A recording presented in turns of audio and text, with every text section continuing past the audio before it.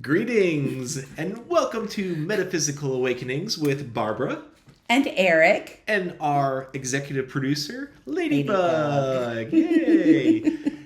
Today's topic is adventures of being a pet psychic. Oh, boy. I can't wait to hear some of your stories about your gifts of being a pet psychic. What a unique subgenre of being a psychic. Right. Well, she's so cute. All right. I became the pet psychic kind of by accident. I'm a medium. I've been a medium, and I'm also a psychic and intuitive and all that good stuff, blah, blah, blah. But I joined this fair. It was a mind, body, spirit fair.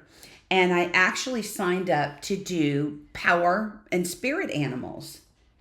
And I gave a talk. And it went well about how everyone has a primary spirit animal that walks with them their whole life on their heart. Mine is a great big white wolf. And anyway, I was sitting at my table and this cute little girl sits down and she says to me, "You've come very highly recommended as the pet psychic. Can you help me with my dog?" And I'm like, "Oh, sure, I can help you with your dog. Yeah, let's talk about that." So she told me her dog's name, and I got like this picture in my head, kind of a corgi, shelty looking little dog. And then all of a sudden I saw this bzz, bzz, and I did that for her, and she's like, "Oh my God, that's what happened to her. She's had 2 seizures. I'm freaking out. Is she going to continue to have seizures?" And she's just, I said, "Let's calm down. Okay. Let's put spirit in the middle of this. Yep. And let me see what's going on with her." So as I looked over her body, I could see it was like an experience where when we're little kids, stupid little kids, and we put like our finger in a light socket and would buzz, and it's like this zzz of energy that kind of knocks you off of your head a little bit, but you come back around. That's what this seizure was like for this little dog. And as I'm looking at her, I'm not hearing, seeing, or feeling like this is part of her physiological makeup, meaning this is not something that's going to go on with her. It was a fluke thing. And as I'm getting this, I'm saying it out loud. She says, "Well, is it going to happen again?" And I said, "I don't think so. I think this little dog got into something that was not good for her. She ingested it, and it caused her body to have these temporary seizures until it passed." And she burst into tears, and she grabs a hold of me, and she hugs me for all she's worth. "Thank you, thank you, thank you, thank you." I said, "Thank God, I'm just the messenger." And after that, boy, oh boy, it's been full on with the pet psychic since that point. Oh yeah, but she told all her friends and family about that. But who told her, you think, about you being a pet psychic? Because at that point, I guess that was her mother, who ran the show. Okay. I think her mother sensed I was more than what I said I was. And anyway, well, the good news is that dog, I look at her often. I go to their Facebook page. They're alive, well, and not one even little think with this dog anymore. So the pet psychic thing has been somewhat recent then? Yes. It picked up 2.5 years ago. So recent. Well, my mediumship, I've been able to talk to people on this side, people on that side, but I've been predominantly, all of my clairs blew open when I took a healing course. And I was able to see, feel, hear, know, even smell things that were going on in the human body. And I had to have all of those awarenesses in order to assist through the quantum healing that I did. Now, with that wide open, and I've got all of my clairs wide open, it was a whole new world, buddy. And I became the pet psychic by accident, but boy, oh boy, it's been Mr. Toad's wild ride ever since I started with that group. There's just so many different people that come through, and let me put it to you this way. They can't bring their animals into these places. The events, okay. Yeah. So I work off of photographs, and I still do. People, ask me for time slots. They send me pictures, and I'm able to talk with them and go through whatever's going on. And it's just been, it's fun. I get paid for this, and I feel guilty. Oh, that's the best thing that can happen is whenever you are compensated for something that brings yourself and others so much joy. So release that guilt. You were doing the right people and making people so happy and causing them so much joy and understanding and relief. Yeah, and peace is the big one. Oh yeah, exactly. Peace and peace of mind. That it's the most fulfilling things after, helping a live dog, figure out what's going wrong so we can send him in the right direction, is bringing through those animals who have crossed over. People are so broken over their animals having crossed over. I get it. I lost Albus in July, and it's taken me a good long time to get past the physical loss of my dog. Right. What a special dog Albus was. Oh, he was just, I think he was an alien human in a dog body. He was something else. Great Pyrenees, for those of you who know what a Great Pyrenees is. And I guess he got an exemption. You were able to bring him into a lot of the events, weren't you? No, I did not take him. I never took him. No, Nope, I didn't. Because people were bringing in their service dogs.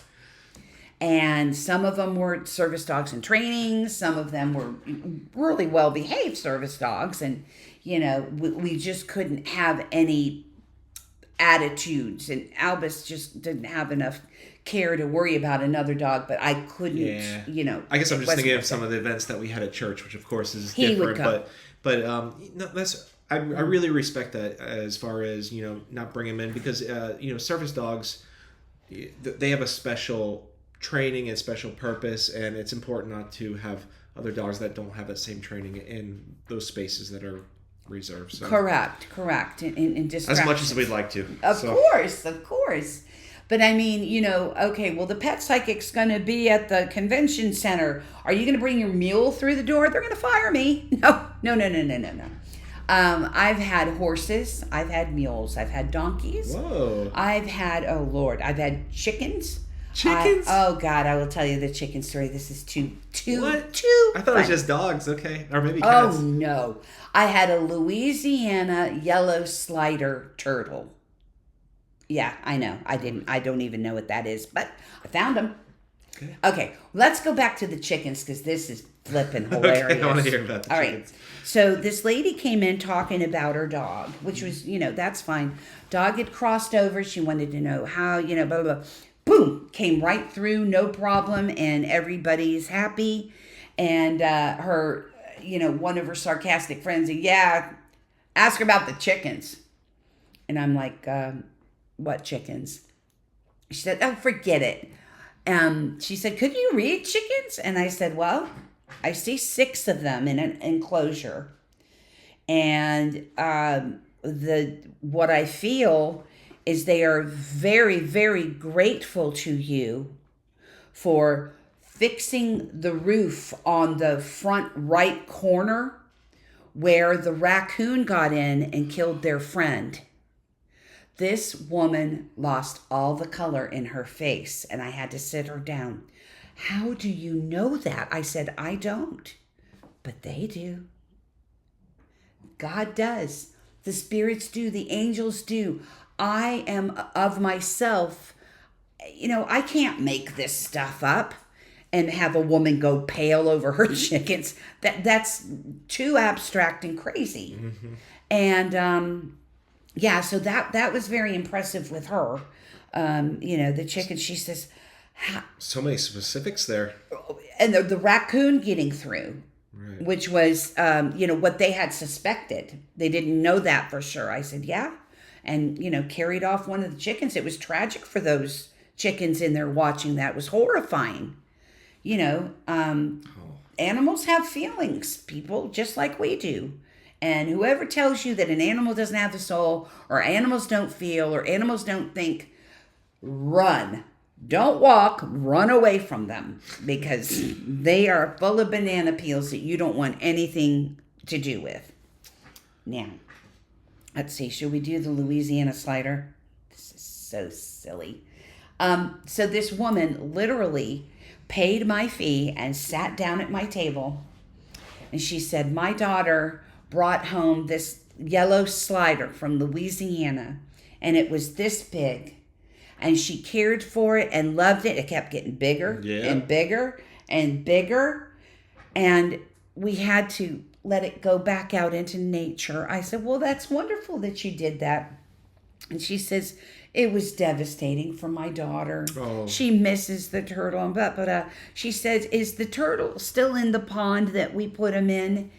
And I tuned in and I saw the turtle and I could see where they were putting it in. It's not in the same. I said, no, that turtle is not in the same pond where y'all put him. Oh, did he cross over? Did he get hit by a car? I said, no, ma'am. This Louisiana yellow slider turtle is a boy out doing what boy turtles do. And he's just moved to another pond to make himself more lucky, if you know what I mean. The woman turned bright red. I said, the turtle is fine. It's just in a couple of ponds down. And, it's just our last podcast was about transitioning. Nothing stays the same. Everything keeps moving, even the animals. Yeah, sometimes whenever you're the big turtle in a small pond, you got to go to a bigger pond. Right. There are the times where an animal, we had an animal blessing at our church. I think I've already told this story way back in the beginning. But anyway, I'll tell it from the dog's perspective. Sure, please. And the dog's name, doesn't matter. As I was sitting with her, she's an old soul who came to this friend of mine. And everybody knew the dog. Everybody loves the dog. And the dog had come through so many different health scares. It was amazing. Okay. And she was asking me to have a look at the lumps. And I'm like, these kind of feel like they may be moving towards sarcomas. But, as far as she's concerned, I think she's going to tell him to go the hell away and everything's going to clear up and, she's going to be just fine. And, the person didn't get too concerned about it because of all of the liver issue. And then there was a kidney issue. And then there was a skin issue. And now we've got cancer. And just as I had said, the dog was 10 and a half when she came to the pet blessing. Mm-hmm. And the dog left at 13 plus. So, you know what? A diagnosis does not define you. Yes. You are not a diagnosis. Neither is your dog. My suggestion with people who have animals who are having struggles is to go the holistic route too. You want to do the scientific, you want to get them on the right medication, you want to do that.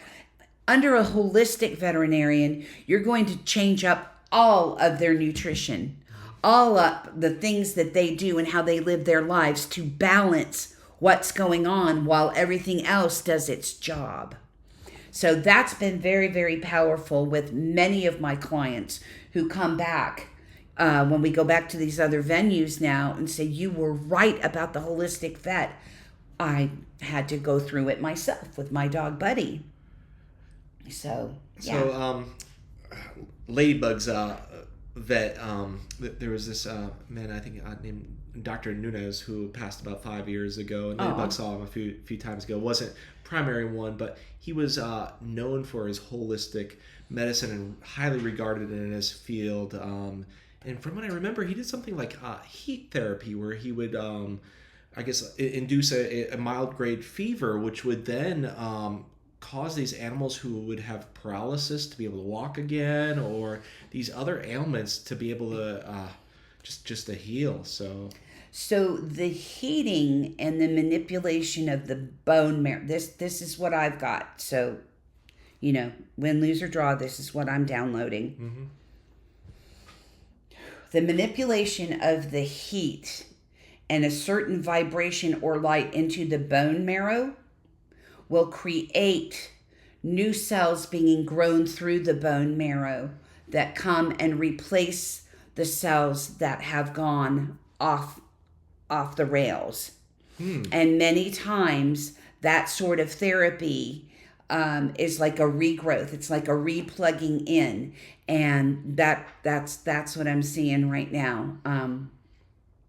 So that heat manipulates. Sure, that makes sense. A low-grade fever in a person's body, when your body starts to fever, that's your immune system going at the flu or a cold or whatever foreign substance has gotten into your body. Don't treat a temperature if it's not really, really high. And what I mean by really high, if you're at 101, that's going to be too high. But a low grade temperature, 100 and 100.5, let your body cook out this problem naturally. God created everything that we needed to do to self-heal. And that is what we're learning more and more and more of, aren't we? That's right. And actually, I'll be stopping by the vet later today just to pick up some prescription for our executive director, Ladybug. And so I'll stop by the memorial that they have for that doctor there. It's a really beautiful one. I think he passed too early in his life, but they remember him so much, and he blessed so many different animals. So I just want to make sure that I get that information correct in case it wasn't. So I'm just going based on my memory from many years ago. So I'll try to confirm that. But that's what I remember it being. Wonderful. But the point is that I'm in agreement with you. Just besides the medical side of it, you want to get a holistic side of it. Oh yeah, the holistic is your spiritual side. Your spiritual side is what knows. Going back to your heart space. Your heart, when you have a big question that you need to answer, where you're going, what you're going to doing, your heart already knows. Your head's going to try to get in there and mix you up, all right? But that heart is your spirit, right? It's interesting, all the many, many animals that have come through. Let me tell you about Winston. Winston is a gigantic Irish wolfhound. In his jacket, his service jacket, and his person was training a baby wolfhound. So we had a wolfhound in training, and then Mr. Winston, who was, beautiful, huge dog. Well, what happened was Winston had become very, very ill. And she wanted me to look in on him and see if we could figure out what had actually happened to him. Because she said, I had to use every credit card I had. I had to spend money that I didn't have. $4,000 later, I've got my dog, and I'm not complaining. But I do want to make sure that whatever happened to him does not happen again if it's fixable. Sure. And so I look, as soon as she's done with that, I look over at this dog, and this dog, it was like he was shamed. He put his head down, and I could hear, I am so sorry. I caused my mom so much pain. I didn't mean to do that. And then he took me on the journey of what had happened. She's so careful about what's around her property and what, any foreign substance is immediately picked up and gotten rid of. Sure.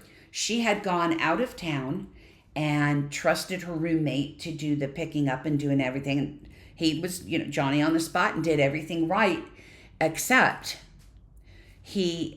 those toadstools that grow after rain, they get many. And the mushrooms, okay. The mushrooms, yeah.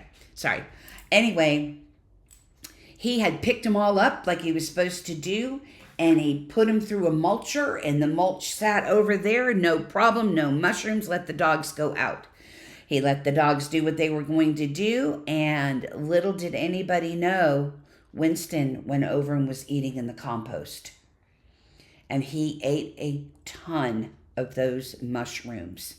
And it caused him, you want to talk about some seizure activity.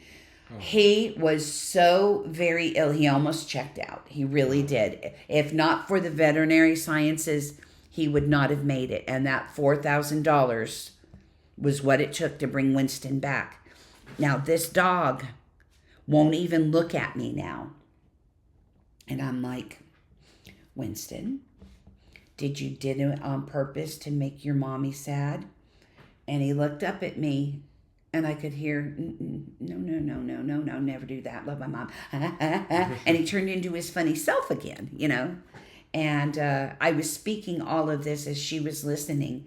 I said, he holds great guilt for the money, not even the money as much as the grief that he caused you. And he will never, ever, ever, ever do it again. And they left very happy people. And I was glad that I was able to figure it out, because she had to be terrified that whatever was there, he'd get into again or it would happen again. And it wasn't going to happen again. That's not going to be happening in the future. So, yay team. That worked out well. Wow. I didn't realize. Well, no, I guess I've seen dogs that have had guilt or shame, but it's always been in the moment type of thing. But that dog was able to still feel that. Oh, yeah. Oh, they're very, they're not so far off of the human intelligence. They're very smart. They're very intuitive. They're, they live their lives here in their dog body, but their spiritual vibration is very, very high. D-O-G, G-O-D, it's all about the love. Get it? Love it. Yeah.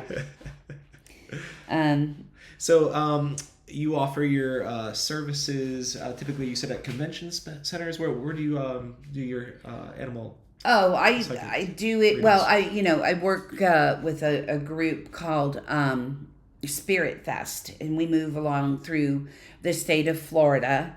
And, you can follow up on, if you go to spiritfest.org, I think it is, you can see where we're going to be next. But I also do readings over the phone. When there is an animal in need, all I need for you to do is send me the picture. I'll get it. They get it. And then they tell me.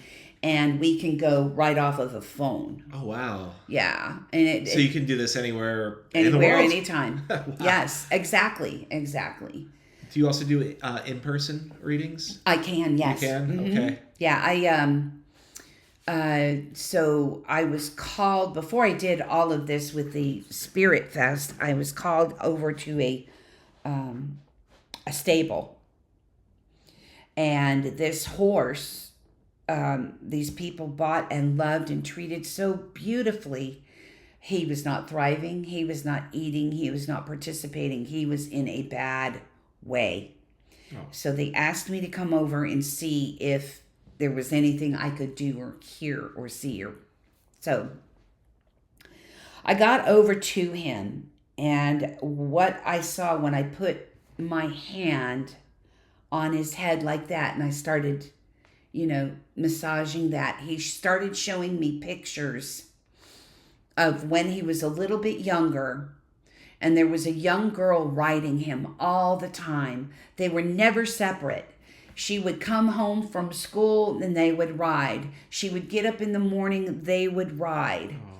Well, Mom sold the farm, so to speak, and this horse had gotten older and they were putting him out in the pasture. And he wasn't ready to go out in the pasture. And he was mourning that young lady. He was mourning his past life. He needed a horse psychiatrist.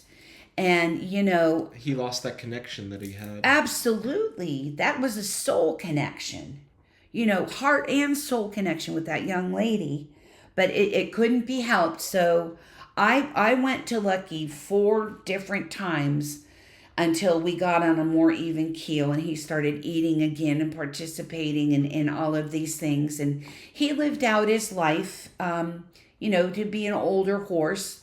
He was never, the flamboyant, happy horse that he was. Sure. Because he still carried that. But, horses are people too, And that was very interesting. I learned so much from that one particular horse. That was actually in Cocoa, Florida, that happened. Wow. Yeah. I can go on for hours, Eric. Wow. I knew that you were a pet psychic in terms of dogs and maybe cats, but you've mentioned so many other animals that I had no idea that were able to be connected, but it really shows the interconnectedness of our universe, of our Earth, and that's really beautiful there. Yeah, it's all a vibration, and it's all about the love. Yeah. And so you shared with me earlier today that you're developing a website. So maybe by the time this podcast uploads, maybe we can include that in case anyone needs your services. What a unique thing. Are there any other pet psych? Not to try to get your business away, but no. I'm sure there are. There have to be. I am not the only person on this planet with this gift. Okay. There's just no way. I don't know a whole lot of other pet psychics, readers. Mine extends to as a medical intuitive.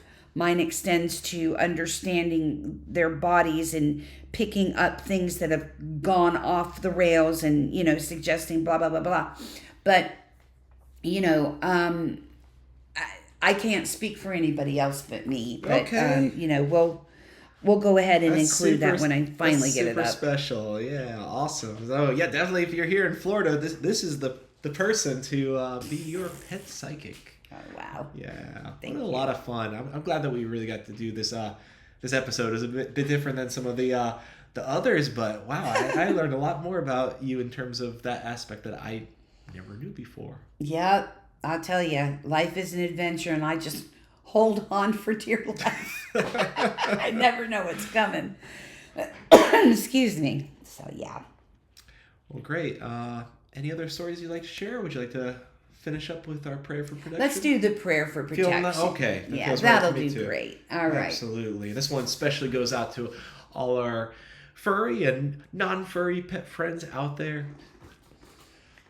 The light of God surrounds us. The love of God enfolds us. The power of God protects us. The presence of God watches over us. Wherever we are, God is, and all is well. Thank you, God. Amen. See you for the next episode. Bye-bye.